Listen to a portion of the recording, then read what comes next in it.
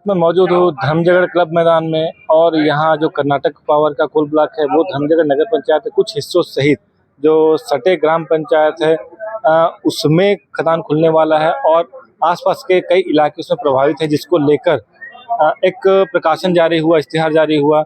उसी की आपत्ति के लिए आज यहाँ पर सैकड़ों की संख्या में ग्रामीण आए और धर्मजयगढ़ जो एसडीएम है उनको ज्ञापन सौंपे हैं। वहीं जानकारी ये भी सामने आई है कि कुछ बातों को लेकर तनावपूर्ण स्थिति बन गई है। आइए हमारे साथ यहाँ पे मौजूद है जिन्होंने ज्ञापन देने गए थे। जी, आपका परिचय दीजिएगा। मैं सजल मधु। ये जानकारी सामने आई है कि एसडीएम सर ने कहा कि अभी तक आपको कोई ऑफिशियली परमिशन नहीं दिया गया है रैली का, या इस संबंध में कुछ बताइएगा। सबसे पहली बात है कि पिछले 17 तारीख को हमने एसडीएम साहब को एक आवेदन दिए हैं। हमको उसमें का पावती मिला। पावती मिलने के बाद उन्होंने पुलिस विभाग को सूचना भी दिया। एसडीओपी साहब का मेरे पास फ़ोन भी आया था और हम लोगों का क्या है, शांतिपूर्ण प्रोटेस्ट था, ऐसा कुछ नहीं, आम सभा था। और चूंकि बीते 7 तारीख को केपीसीएल कंपनी का एक भारत का राजपत्र में छपा था, 18 मई को जो राजपत्र में छपा था, जिसमें किसानों का जमीन का उल्लेख है, क्षेत्र के जंगलों का उल्लेख है, उसमें आपत्ति का जो अंतिम तिथि था वो आज था। तो आज बड़ी संख्या में हम लोग आए थे और शांतिपूर्वक हमने एसडीएम को ज्ञापन दिए हैं। और सब आप जिस बात को कह रहे हैं कि आपको परमिशन नहीं दिया गया बोल रहे हैं, क्योंकि ये सरकारी प्रोसेस उनका है। आज हमको प्रोटेस्ट करना है, अब वो नहीं देंगे, क्या हम उनके पीछे घूमते रहेंगे क्या, बताइए आप। तो उनका कहना था कि उन्हें प्रतिवेदन नहीं आया है, तो क्या यह सच है? अब उनके पास अब पुलिस विभाग को भेजा कि एसडीएम साहब पुलिस विभाग को भेजा कि इनको भेजा, और पुलिस विभाग से एसडीएम साहब जिस तरीके से कहा कि पुलिस विभाग से हमारे पास कोई प्रतिवेदन नहीं आया कि प्रोटेस्ट किया जाए। अब मैं तो यहाँ असमंजस में हूँ कि परमिशन एसडीएम देता है कि पुलिस विभाग देता है। अब तो मैं असमंजस में पड़ गया हूँ। तो ये मामला 1-2 दिन में क्लियर हो जाएगा कि आखिर परमिशन स्थानीय लेवल पे कौन देते हैं। तो आप लोगों ने जो आपत्ति दर्ज कराई है, आपको क्या लगता है कि उसमें कुछ आगे कार्रवाई होगी? देखिए, जो प्रशासन नीचे का जो प्रशासन बैठा है वो आम पब्लिक के लिए बैठा है।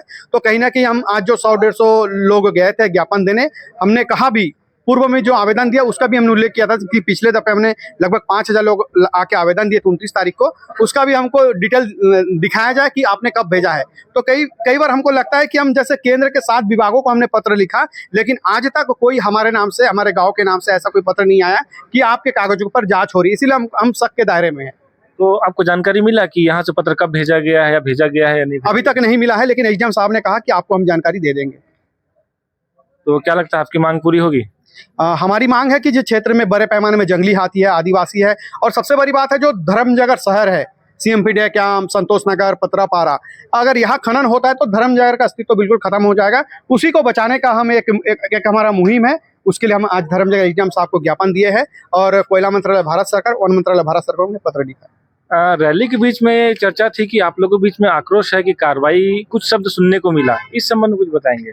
देखिए, एक चीज तो बता दूं कि जब भी आप किसी बड़ी कंपनी के खिलाफ आंदोलन करोगे और जो प्रमुखता से 2-4 लोग आगे रहते हैं उनको टारगेट किया जाता है। मेरे को 2012 में हिस्ट्री सीटर गुंडा बदमाश बनाया गया था, जो कि फर्जी तरीके से बनाया गया था, और उस मामले को मैंने कोर्ट तक लड़ा।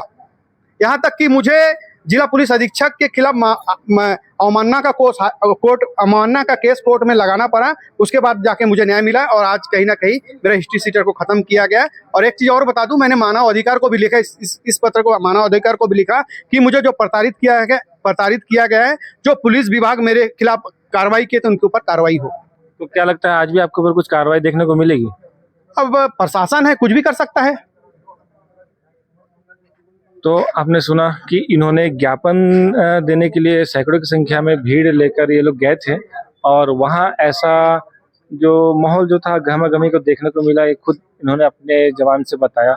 अब देखना ये है कि ये जो आपत्ति दर्ज इन्होंने कराई है, क्या प्रशासन उस आपत्ति को अपने ऊपर स्तर पर भेजता है, क्या इनकी जो मांगे हैं वो पूरी होती है या नहीं? हमारे साथ बने रहे। आगे के अपडेट के लिए मैं मुकेश मौर्य, ग्रामीण न्यूज़, धर्मजयगढ़ से।